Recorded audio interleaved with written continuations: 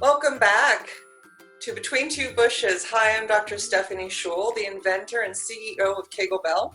And we have an exciting mini-series within this series where we have a special guest, and that is the Vagina Coach.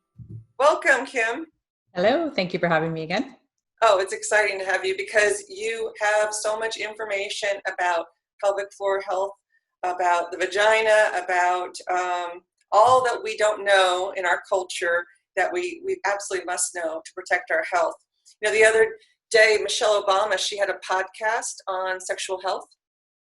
So I was just so excited about that fact. Michelle Obama had a podcast on sexual health in which she said our comfort level with our sexual health is directly related to our overall physical well-being. Amazing, profound statement. And that helps us too, like have this Yes. conversation. It gives us permission and from authority on high, right? And Totally. she was so wise. She said, look, if we're not comfortable with our sexual health, then we don't detect breast cancer in time. You know, the last episode we talked about pelvic organ prolapse. We not be aware in time. So I'm really excited to talk about the topic today, which is about relaxing.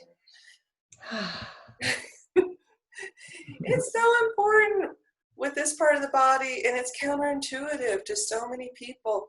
When I talk about Kegelbell, people say, yeah, I want to keep it tight and right. Yes. And I'm like, not tight. We don't want tightness. And I know we speak kind of sloppily.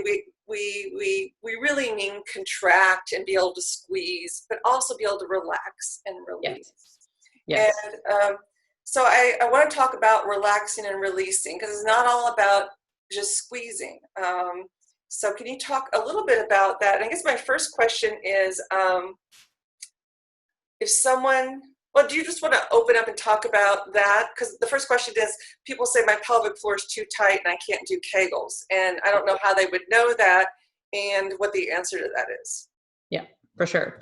So any part of the body, if there is more tension than what would be considered optimal, it interferes with the full range of motion of that muscle and potentially the function of it.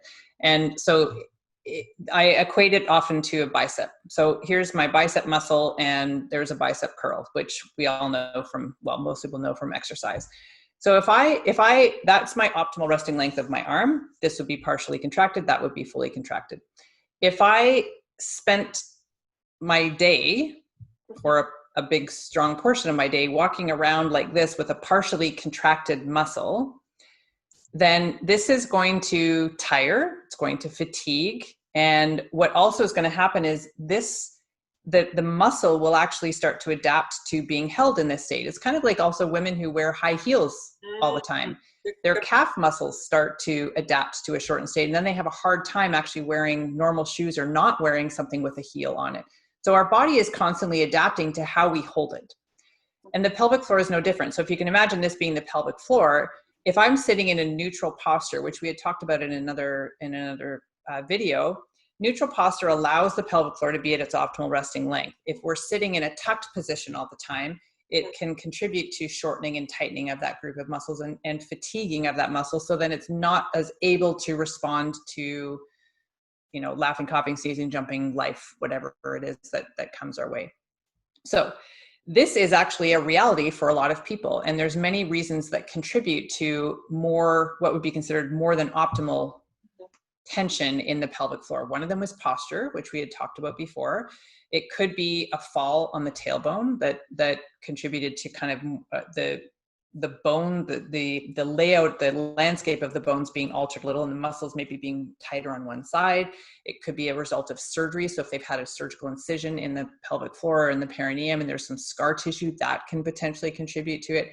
Fear, trauma, like so many different things can contribute to the development of tension. Sorry, you want to say something? Trauma, yes. So like sexual trauma, for example, Yes. Could it be like just cramped and tight because you're nervous about that part of the body?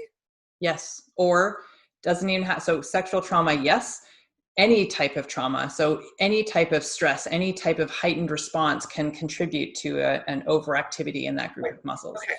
So if somebody has more tension than what would be considered optimal, this would be optimal, then so you asked how they know, so they could know because they've researched on the internet and they have symptoms that suggest they maybe have seen a pelvic floor physical therapist who has said they have more tension, and they need to work on what would be considered down training. Mm-hmm. So the association, Kegel exercises again are a contract and a lift and a letting go. So it's a full range of motion for the pelvic floor. And the Most people go. think of it, most people think of it as a squeeze. Mm-hmm. And so if they're just focusing on the squeeze, that adds more tension. Mm-hmm. So if I'm already here and then I add more squeeze, I'm just adding more tension to that. But they still need to work, or the down training means that they would need to let go. So this would be the up training, that would be the down training. And so people are said, well, I need to focus on the down training, or I need to work on reverse Kegels, they're called sometimes, or I've been told not to do regular Kegels because I'm too tight. Mm-hmm. And while I agree to an extent, I still believe that the pelvic floor will benefit from being trained in that full range of motion. So even if somebody needs to work more on the relaxation, that doesn't mean, in my opinion, that they should never take it through a contraction. So I still believe that there is an element of contract and lift that can be helpful, but maybe more emphasis or more time or more breaths would be spent on the relaxation piece. So that's basically what hypertonicity it's called. Some people say I have a hypertonic pelvic floor, or my pelvic floor is too tight or non-relaxing. Those are some of the terms that you might hear. Yes. Thank you. Yeah, that full range of motion is so important there. And it seems to me the mind-body connection that's been a theme through our episodes with you is, are they aware when they're contracting the muscles? Are they aware when they're relaxed? And if we've been cut off or just can't seem to connect anymore due to trauma or due to whatever, we may not be aware of how to relax, let alone how to contract. Totally. And if you are in that contracted state and then somebody says, well, do a contraction, sometimes people don't necessarily, they may be able to do a little bit, like there's a little bit of capacity left. So they might be able to, but they may not feel it. Partly it could be from dissociation. It could be because the contraction has already kind of mainly happened and there wasn't much left to go. So there was not as much to sense. It could be that as well. So learning how to relax, but not everyone's like, well, I think I am relaxing. How do I relax my pelvic floor? What do I do? So I teach a lot of posture. I teach a lot of lengthening other muscles, surrounding muscle groups like the hamstrings and the hips and the glutes and the inner thighs, and getting them aware of all the tension patterns that could be contributing to that kind of that overactivity. Which one of your 3 courses? I believe they're all 3 in app form. They're in the app. I have 2. I have a pregnancy one called Birth Like a Boss that's in the app, and I have another one called Buff Muff. And Buff Muff, I have a blend. All of them have a blend of down training and up training. Okay. Yeah, I really want to send Kegelbell customers your way for that more like holistic 360 whole body work.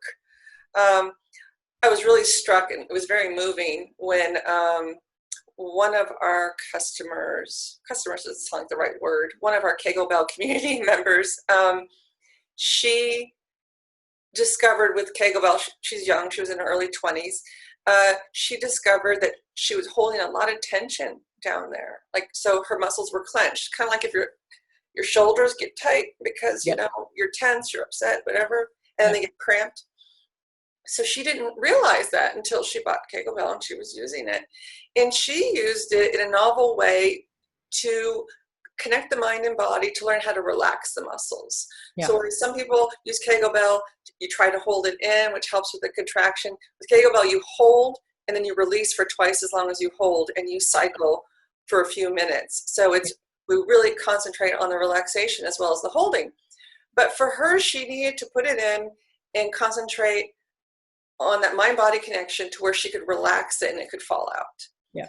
And she worked that hard on that for a while, and then she could do that full range of motion once she had taught herself that.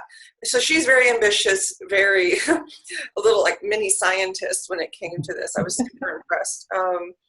Yeah, and that's what I think, that there's like the devices, and that's also what I loved about yours, because sometimes there can be some misinformation with regards to devices, and people thinking again that they need to tighten their pelvic floor. So if they are experiencing weakness, but if the weakness is as a result of too much tension, and then they use a device that is asking them to hold it in for an extended period of time, they end up finding that sometimes their situation gets worse. So what I love about the Kegelbell is it's not a put it in and then hold it and move around and live your day. You are asking the pelvic floor to respond in that full range of motion. So I think that's amazing, and I love that person was intuitive enough to say, "Oh, what if I try it this way?" So good for her.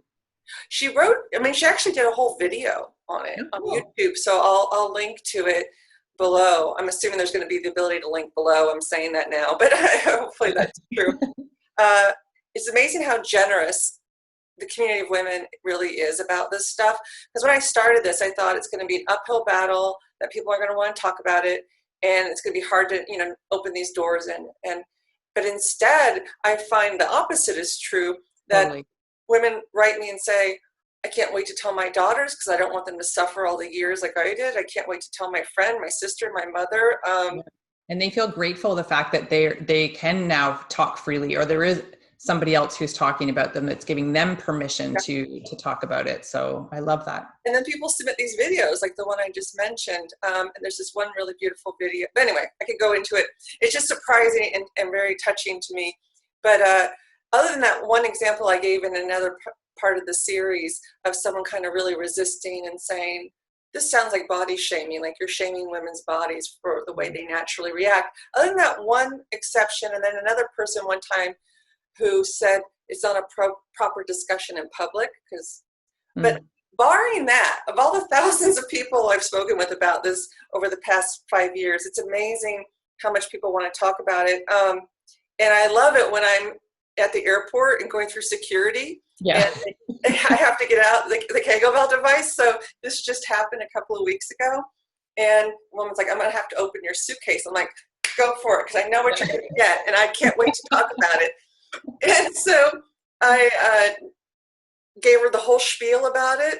And then she, the security guard, the TSA agent asked for my card. And then she shook my hand. And so that's the thing I love. Is that people want to talk about it. And so, but they need the information. And so you're providing the information. And I'm just glad, I almost think this should have gone on our misconception episode, because the misconception is the right kind of vagina is a tight kind of vagina. And that's going to get us in trouble in the ways that you just articulated. Right. And so I want to show my appreciation for you by applauding and saying thank you. For covering that so well. And then just one last question, kind of before we sign off on this one.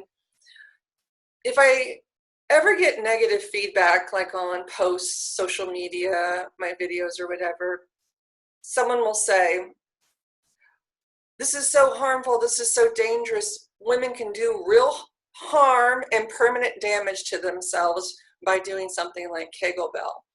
To which I haven't seen any evidence in any of the medical journals that vaginal weights can do permanent harm. I mean, as we were just saying, if you're really cramped and tight, it may or may not, you say it could not be useful.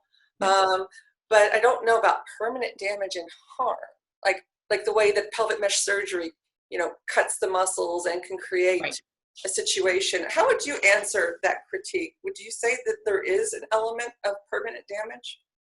I think that's a very strong word to use. I don't feel that there would be permanent damage. I think that yes, there could be people who, again, kind of like what happened with the Kegel exercise, is that people, and what happens in fitness, people think more is better, harder must be better. I've got to be stronger. And fitness gets harder and harder and harder every single year. And we forget about the importance of letting go. And there's so much strength there's so much available, unused, untapped potential in our ability to let go. We can be stronger, we can lift heavier, we can do all these things. And the same thing is with the pelvic floor. And so I think the people who use a product with the mindset of, I need a tight vagina, and there's sometimes people post images with, holding surfboards and holding really heavy things, and there's this misunderstanding that, well, I can't hold a surfboard with my vagina, so it must be weak, so I must need to do that more. And if they then are like just focusing on that squeeze, when they're already actually, their strength lies more in the letting go piece, then sure, they could potentially make their situation worse. Whether it would become permanent damage, I think that's I don't think that it would get there.